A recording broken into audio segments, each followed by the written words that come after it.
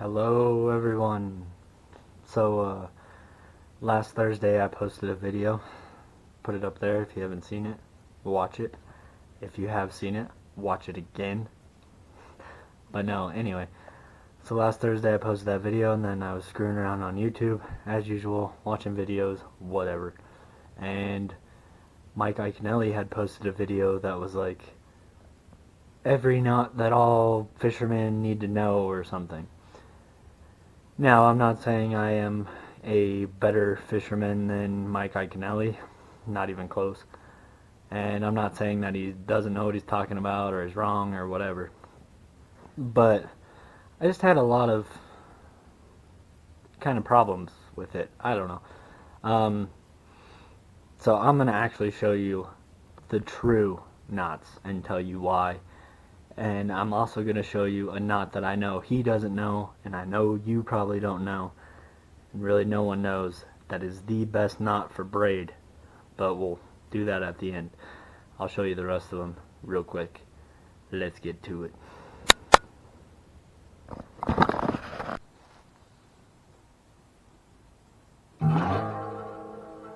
Red beard tips.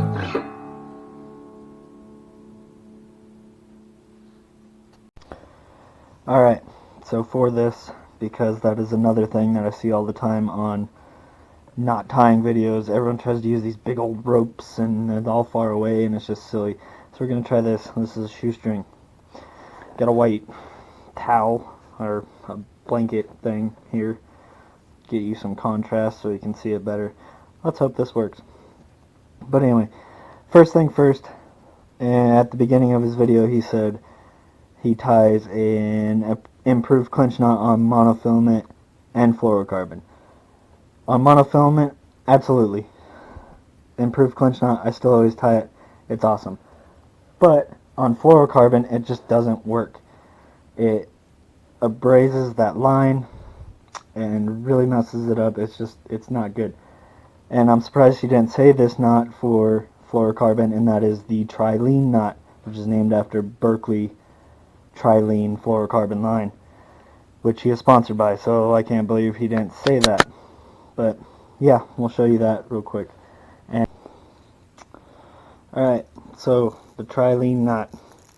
Now I'm using a whopper plopper just because the split shot on it, or the split ring on it, is really big. It's pretty easy to see. Alright, so fluorocarbon line. You're going to go through, and actually this might not be a good idea. Alright, go through once, give yourself some room. You're going to go through a second time, but when you do, hold this loop here and go back through the second time. Ooh, kind of worked. Alright, so you got this loop here that you're holding, and then your main line. After you go through the second time, you're going to go over that loop and spin your tag end over the main line 5 to 7 times. When you're done, go back through that loop you've been holding and this other loop that you made to go around that loop, and then you're going to go back through both of those like that. Pull both ends of your line. You're going to wet it down. Always wet down your fluorocarbon and monofilament. Never ever ever wet down braid when you're tying a knot.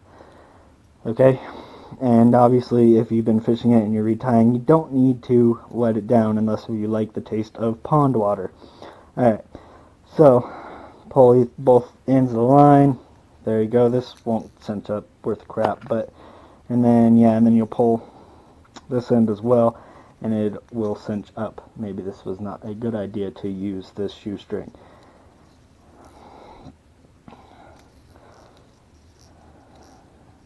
But yeah, let's see. We'll go through it again. Alright, so you go through your loop once, grab here to kind of go through it again and make a loop at the same time. Go through that again, which I can't get. This was a bad idea. But yeah, you go through that again, and then so now you got that loop. You're going to go over that loop, wrap around your main line 5 to 7 times, and then go back through both of those loops with that tag end, pull both sides of the line, wet it down, tighten it down there, and then pull your main line and your lure. Gotta really get it tight on there. There you go. That is the trilene knot for fluorocarbon line. That is the one you should be using. Now, the other knot he was talking about, and holy crap, okay. The other knot he was talking about was a knot to join two pieces of line, like if you're doing a braid to a fluorocarbon leader, that sort of thing. But he called it the Ike knot. I guess he never got the memo that that was actually the Alberto knot, which I'm sure a lot of you have seen it. A lot of people have been doing it now, but I'll show you anyway. And alright, so say this is your fluorocarbon leader here. You're going to make a loop just like that. You got tag end and the main line going there at the end of your loop. Then you're going to take your braid here, go through that loop, and grab it there, wrap around 7 to 9 times around your both lines of fluorocarbon there, 7, 9 times. We'll just say that's 7 or 9 times. Pinch the last little wrap you make and go back around 7 or 9 times again, working your way back towards that big loop, and then go back through the loop and make sure you go the opposite way that you came in. You see here that came in there, so you want to make sure you go back and down the other way. Alright, and then you're going to pull both main line and tag line on both of them. Pull both those, and then really cinch it down, let go of the tag ends, and pull both main lines. Blamos, Bob's your uncle, you got 2 lines put together. Now, the Alberto knot is great and all that. The one that I also use for that, and also to tie monofilament backing to your braid on your casting rods, and also the line, or the knot that I use, holy shnikes, the knot that I use to tie my tippet to my leader on my fly rods is a handshake knot. Now, many people say it's not as strong as the Alberto knot. I personally don't see too much of a difference, but there's kind of a trick to it, and I'll show you why maybe they kind of think that way. Alright, so you got your fluorocarbon here, got your braid here, cross them over each other, there you go, and then, alright, we'll start, I don't remember what side is which, but it doesn't really matter, but we're going to start with the fluorocarbon first, okay? So this one's your fluorocarbon. You're going to start with that one first, and that'll help with this problem that I'll talk about. You are going to make a loop, alright, and then you see you got both lines here, your main line of braid, that part of the loop that you made with the fluorocarbon. You are going to go over both those lines inside this loop 5-7 times, okay? We'll say that's 5 or 7 times. Then you'll pull both ends of that fluorocarbon line that you were looping around and everything. Pull both sides of that. That'll cinch down to your braid.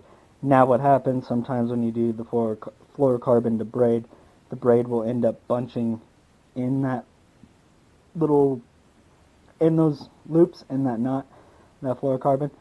So, but it's a pretty easy fix. All you do is you take both tag lines. You take your braid tag line, your fluorocarbon tag line, and you just lightly pull them, and it kind of isn't really showing you, it ain't going to show you here, but that will get rid of those,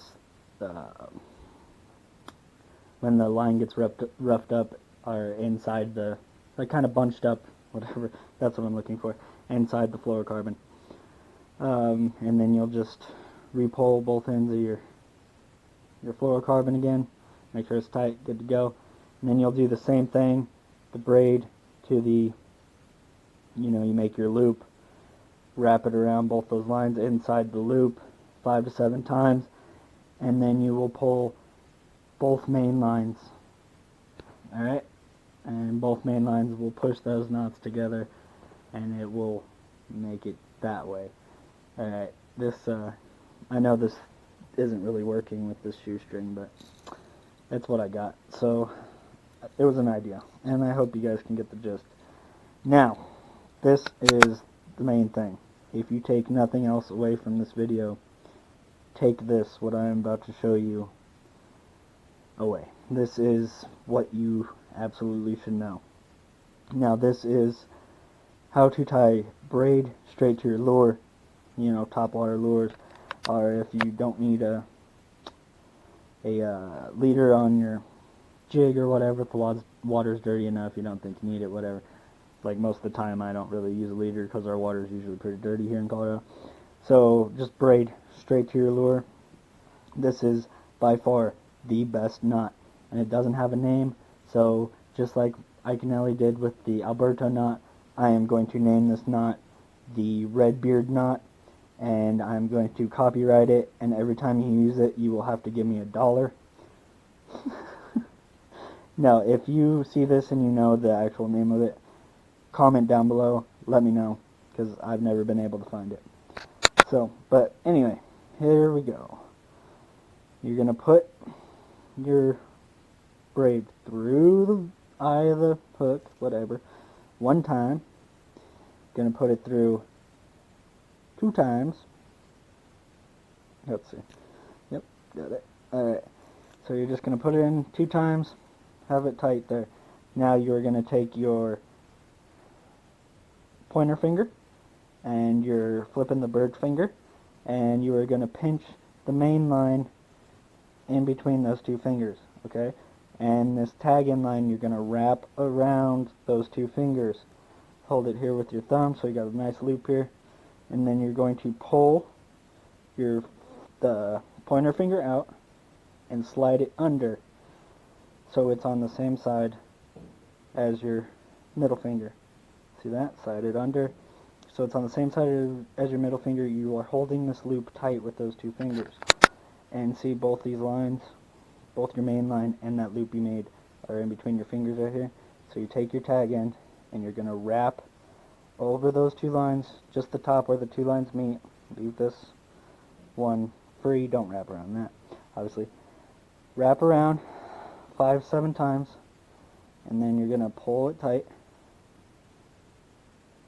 like that, both your main line and your tag line. Then you're going to grab the main line and your lure, and you're going to pull it tight. Obviously it's not going to get tight now, but it will slide right down tight. Never broke this knot. Make sure you use it. Alright, so like I said, that will pull it down tight.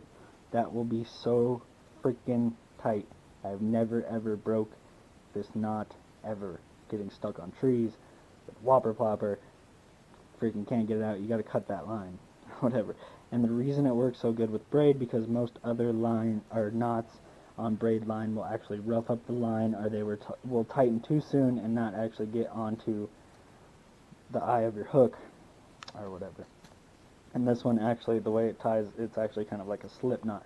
It slips on there, but it gets super tight once you get it down. Alright. Well, that's it.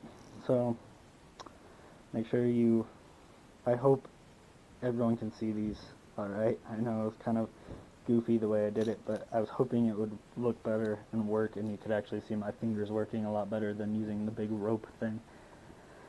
But, we'll see. And if you know the name of that last knot, leave a comment, let me know. If you do not, then you're calling it the Redbeard knot, and we are, yeah, I'm going to copyright it, and you're going to give me $1 every time you use it. Alright, make sure you comment, you like, and you subscribe if you're not subscribed. Click on my logo in the upper left hand corner to subscribe. In the upper right hand corner is the last video I made. In the lower right hand corner there's a video I know you'll enjoy. And make sure to hit that like button down below as well.